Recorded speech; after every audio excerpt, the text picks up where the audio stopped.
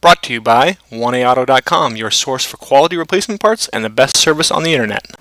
Hi, I'm Mike Green, one of the owners of 1AAuto, and I want to help you save time and money at the pump as well.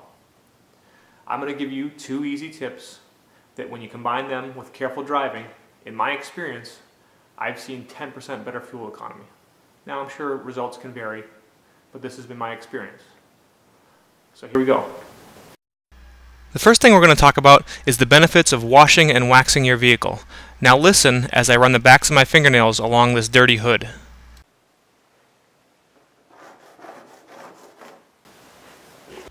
Now did you hear all that noise and scratching? That's my fingernails interacting with all the different dirt and stuff stuck to the hood. The wind does the same thing. So now here in real time, I'm going to wash and wax the hood.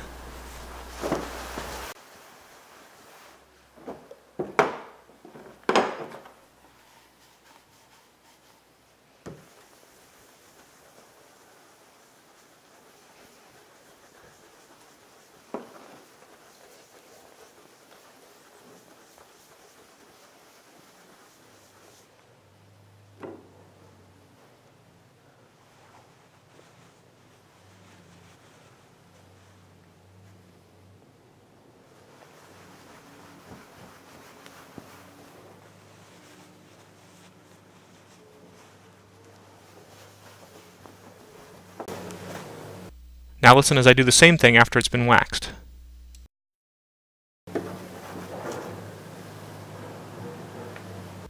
Unwaxed. Cleaned and waxed.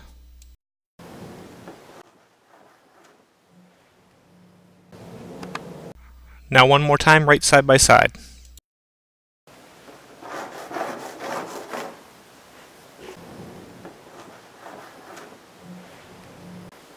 Okay, and we know that aerodynamics affects the mileage your vehicle gets.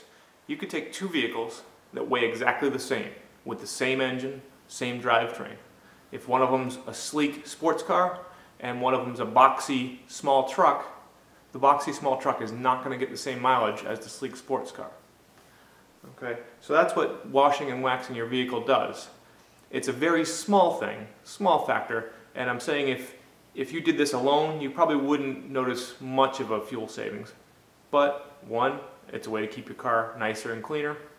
2, washing and waxing every once in a while removes, although very slight amount, it removes a little bit of weight from your vehicle. And 3, it does allow the air to flow smoother over your vehicle.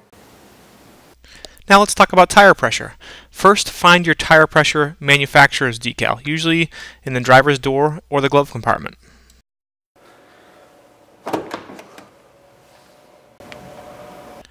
So here on the manufacturer's decal for this Lincoln Town Car, the manufacturer recommends 32 psi cold pressure in both the front and rear tires. Now here on the tire, if you can make out what I have circled there, the tire manufacturer recommends 44 psi, and this is a max load pressure. Okay, so let's talk about this here. On the decal, the manufacturer in this car, Lincoln, recommends 32 psi cold. Okay, that means when your tires are cold, you haven't been driving on them, you want to set the pressure at 32 psi. When you get on the highway and you drive and they get warm, the pressure will increase slightly. Now the tire manufacturer has put on here max load, 1,653 pounds, max pressure 44 psi.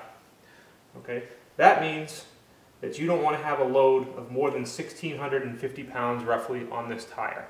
So this car, with all of its gear loaded up, can't weigh more than 1,650 times 4, which is basically 6,600 pounds, I believe. Okay, and it doesn't. This car is probably about a either 4,000 or 4,400 pounds, so that'd be about 1,100 pounds. So that leaves plenty of room for passengers and some luggage. Okay. To get better gas mileage, you definitely want to make sure you're at least following the manufacturer's recommendation. Okay.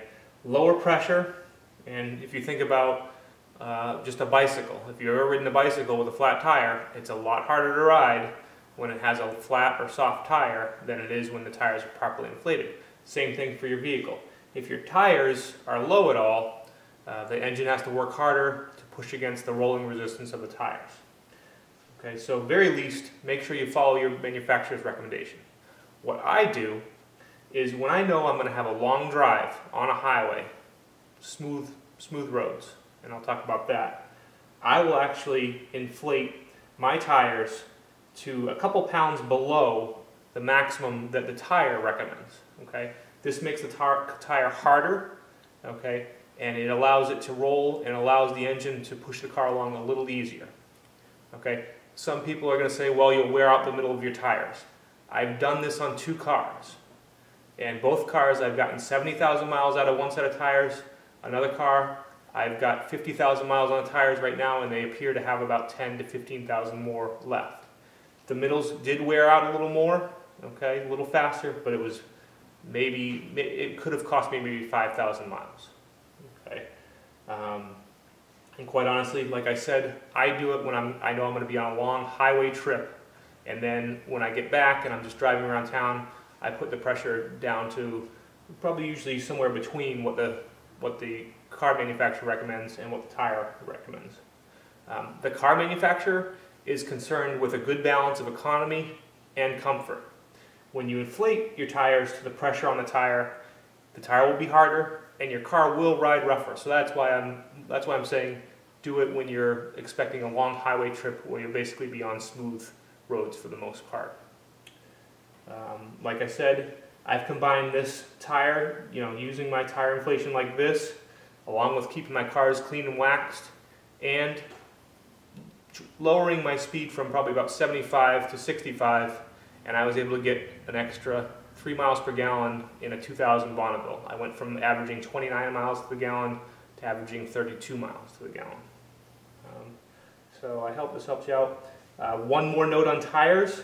Okay, this is a newer car. If you have an older vehicle, it's quite possible that the tire pressure decal could say something like 44 psi because it was manufactured with a different type of tire. You absolutely never want to exceed the pressure on the tires. Okay, so if you have a vehicle for some reason that your tire pressure decal on the vehicle says a higher number than your tires, you do not want to ever exceed the number on the tires. Okay, thanks. I hope this really helps you. We hope this helps you out. Brought to you by www.1aauto.com, your source for quality replacement parts and the best service on the internet. Please feel free to call us toll-free 888-844-3393. We're the company that's here for you on the internet and in person.